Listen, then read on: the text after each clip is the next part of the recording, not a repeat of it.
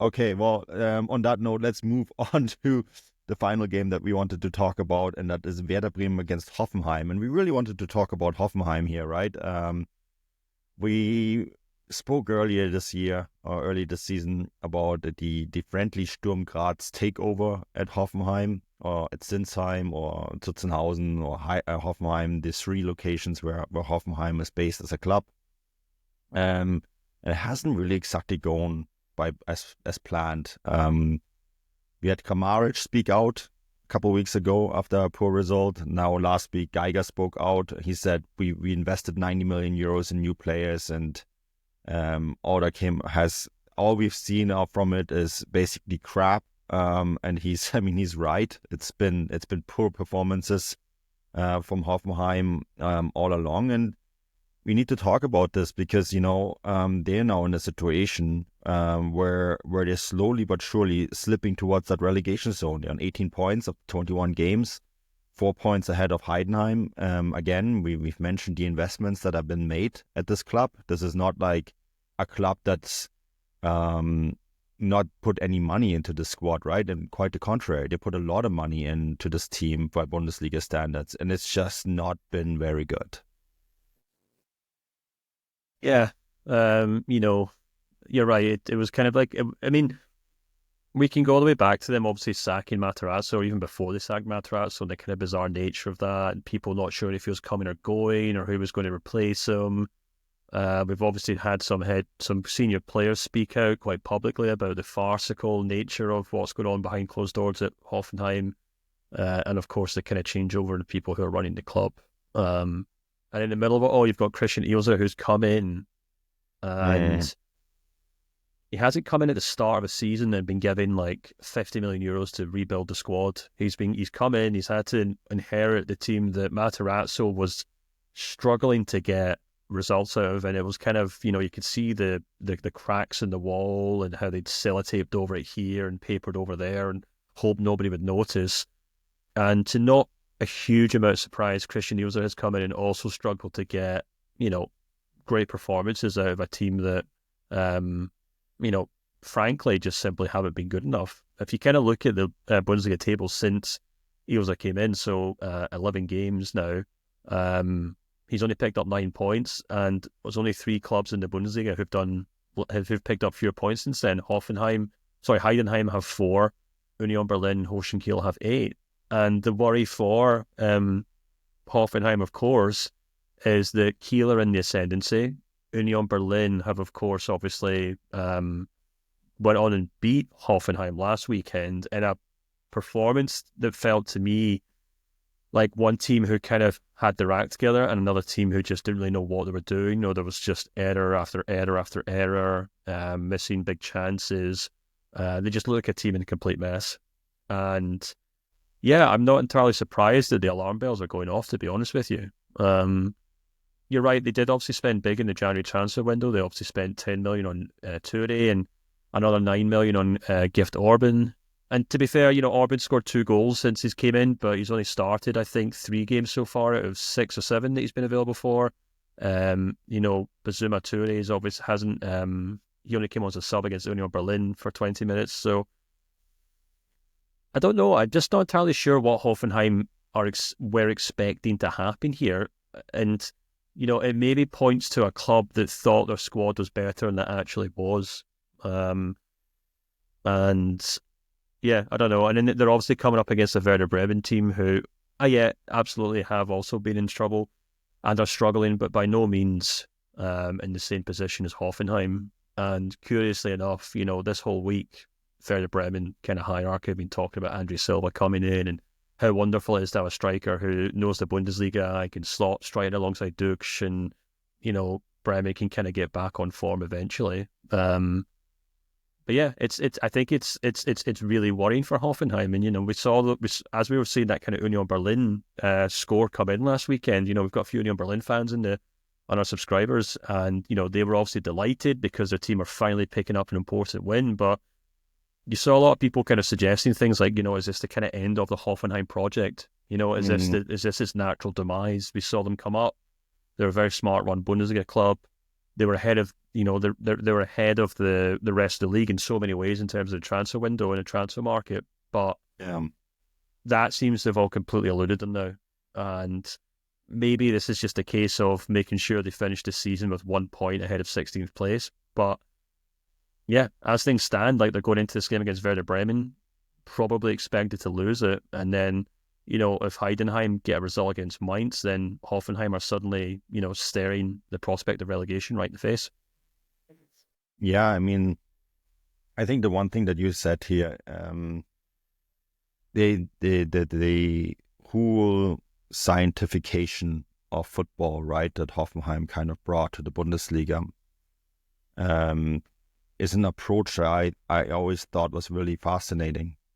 And they still work very hard with the science technology centers that they have, and the work that they're directly doing with SAP is quite fascinating. I think the problem is that a lot of the things that they are doing, your average Bundesliga club is now doing as well, right? Because it's a copycat sport.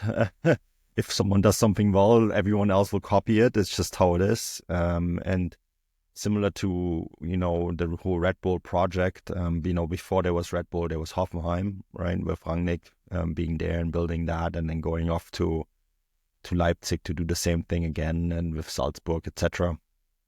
So that I think that their approach of being smarter for a long time has been copied by others, and on making things worse in the pursuit of trying to remain being smarter than everyone else, they've probably broken a few things. It's kind of similar to what happens in Silicon Valley all the time with the techies, right? The tech pros go in and break something first and see what happens. And I mean, there's a certain government right now that's just finding out the hard way that doesn't always work in other parts of life. And I think that's also true for Hoffenheim. I think they went in and said, well, it's not working right now, so let's just break it and see what happens. And unfortunately, it's led to a relegation fight and to maybe not so very smart investments and players that maybe, are not quite working out. Now, Losek is injured as well, right? That's a big loss. You mentioned Orban, who hasn't really quite worked out. There's been a lot of talk about this 90 million euros that Geiger mentioned.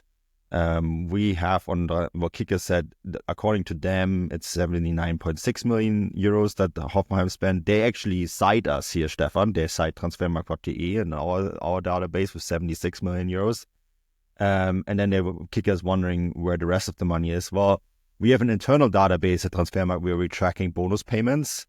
And I can tell you the bonus payments will get them to 90 million, right? So that's where Geiger's statement is coming from. And for 90 million euros, I mean, 90 million euros is a lot of money for a Bundesliga club. Absolutely. In fact, when you look at it, the only team in Germany with a bigger transfer deficit at the moment is Bayern Munich.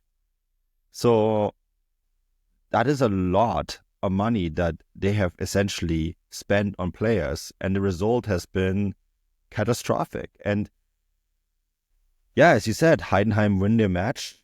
It could be 1 point. And this is, I mean, of course, Bremen haven't been great either. The result against Bayern Munich stands out, right, where they were very passive. Mind you, they had a similar start to the Hinrunde as well. So this could change really quickly. This might be a very different Bremen side on the weekend. Yeah. We also have a really interesting stat on the website, which I enjoy used all the time, called purchase value, which is the value of the entire squads based on the transfer fees paid for them. And on that list, Hoffenheim actually have the 7th most expensive squad in the Bundesliga. It's ahead of Stuttgart, Gladbach, Freiburg, Werder Bremen, St. Pauli, Bochum, etc. It's only just 3 million euros short of Eintracht Frankfurt, who of course are pushing for top 4 this season. So, yeah, it's a huge issue. It's a huge issue. And they're obviously just not getting a lot of value for the players that they have signed. To be perfectly honest with you, and that could just be a case of, the club just not having the nose or the know-how in the transfer window like it used to do, or players just not or not having the right scouts and spending throwing good money after bad. For example, like 18 million euros on Adam Hosek, for example, screams alarm bells to me.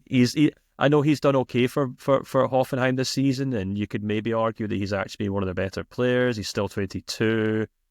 Maybe he's just kind of long-term replacement to Adam Kramaric, but is 18 million euros enough for a player who's got 6 goals and 2 assists in 20 games in the Bundesliga this season? Maybe it is. I don't know. Maybe it is. That's up to Hoffenheim fans or the club to decide. But it's a lot of money for a team who are now in a relegation battle to be thrown around. And as you said, they spent 76 million this season, 44 million last year. And, they've obviously saved, made a lot of money in the transfer market as well.